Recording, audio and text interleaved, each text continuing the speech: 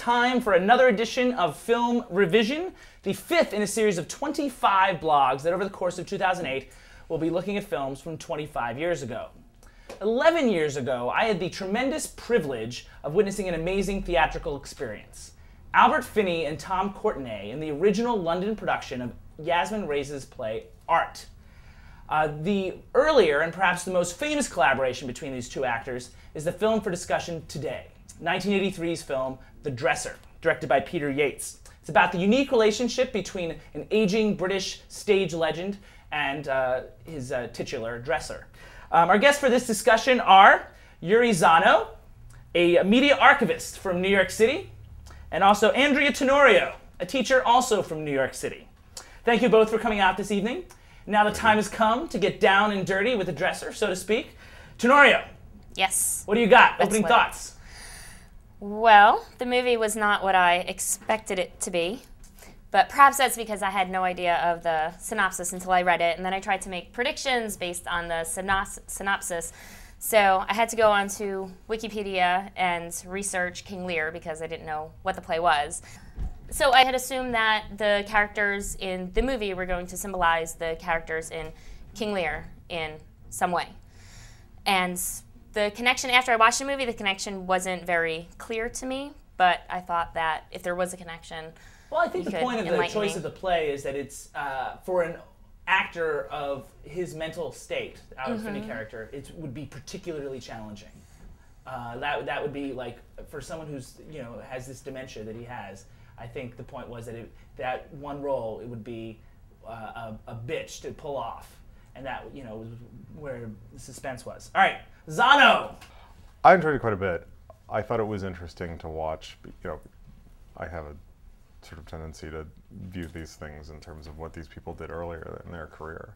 And I thought it was interesting to watch because both Albert Finney and Tom Courtenay in the 60s were rather successful. Angry young men. Yeah, they were successful, popular, angry young men actors whose movie careers at least, never really, after fairly promising starts, never really took off. That was the thing that I think elevates the movie to a different level, is the play between the two actors. Well, here's the thing. Well, yeah, that is what the movie isn't worth watching otherwise. There's nothing that remarkable. I mean, the story's enjoyable and engaging enough, but there's nothing that remarkable about it otherwise. If it were just two other people, I don't think it would be held in the same esteem it is now. The reason I thought the fact that there are these angry young men actors I thought was interesting is here they are when they're a little older and they're no longer angry and they're no longer young, but they're playing from a theatrical world that was representative of all of the things that the actors from that period were ostensibly rebelling against. Turner, how did you feel about the actors? They were fine. Which one did you like better? I was wondering why the dresser was so adamant about him playing the role in this play. I mean, the rational side of me said, well, why don't they just keep him in the hospital to get better and have somebody else play his role, and even if they needed another actor, the dresser could have stepped in to do a lower part. They made a point that there are so many ways that they could have. And they couldn't cancel the show. He's also the manager of the. He's also so why did they? Because he's the manager of the troupe. He's not only the star. He's the manager. He's the boss as well. So without him, See, one thing I did feel at certain points, I felt like the movie, while always interesting, is not tremendously impactful, emotionally speaking.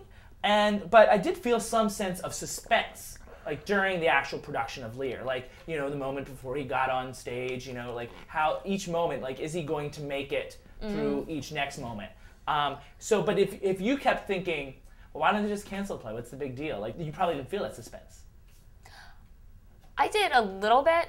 I knew I had to watch the whole movie, right? Because I was going to be here. So I was actually very excited when I saw the blog online for this activity because it was Flashdance, and I was thinking, oh, he's going to give me a movie that I can actually talk about. That's funny because the people who did Flashdance, none of them had seen it before. My goodness. I like how befuddled all you were about why Flashdance was so successful when it came out. Well, let's not go too much about Flashdance. Let's focus on the dresser if we can. I will say, though, what impressed me is an earlier blog that we did for Film Revision was a film called Betrayal, also based on a British playwright's play, Harold Pinter play.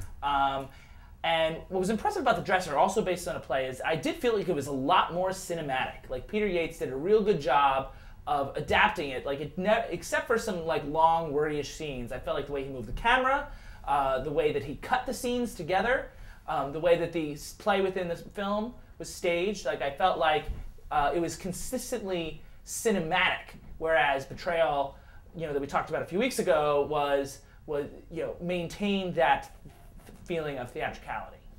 I couldn't see it as a play. That's basically what I'm saying.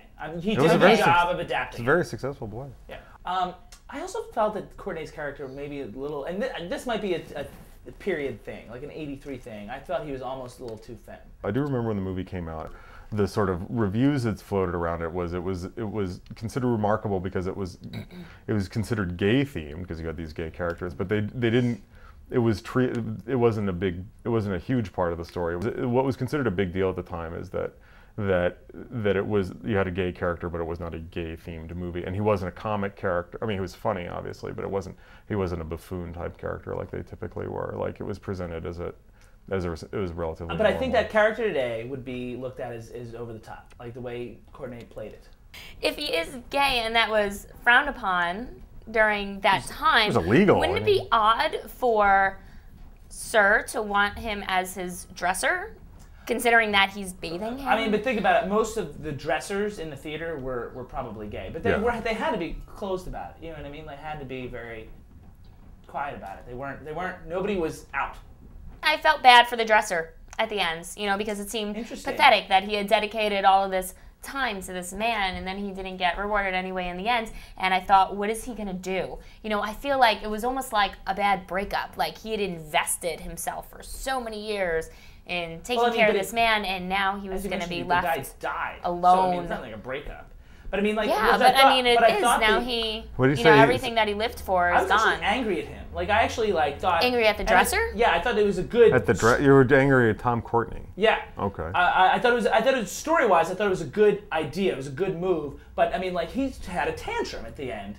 What about me tantrum, which comes from having an appendage, moved off. Well, but he also has his life was totally marginal. Like, in the 24 hours of his life that you see in the movie. But he was a huge baby about it, and I thought it was a good idea for story structure. Like I liked the choice that was made, but I mean, as an audience member, it made me like him less. I thought it was So you don't think he was butch enough when confronted with this? Sympathetic, that's empathetic. It made me feel because here he was, his whole life was taken away, and I felt bad for him because what was he gonna do? I sensed the loneliness and desperation, so I saw where that was coming from. Yeah. All right, I'm going to close things up now. But thank you very much to Andrea and Yuri for coming out tonight, hang out with us to talk about The Dresser. While you're on YouTube, why don't you check out some of the other work from Myriad Arts Productions. We have a short on there called Just Reward. It's 5 minutes. It stars Jeff Pacillo, Marnie Penning, Deanna Barone, and Joyce Labriola. Should be fun. Let us know what you think. Also on YouTube, you might find some really cool trailers for Reel 13. Coming up this week on Reel 13 is the classic film is That's Entertainment 2. Which is a sort of a retrospective of various MGM, basically it's a series of MGM musical scenes cut together. It's a short that you will have chosen on reel13.org, and the indie is the film Raising Victor Vargas, which was directed by my college roommate, actually, Peter Yates. It's a very solid indie. Film ReVision will return in a few weeks, in which we're going to discuss another modern film, as requested by you guys. And we'll see you then. Thanks very much for coming. We'll talk to you soon.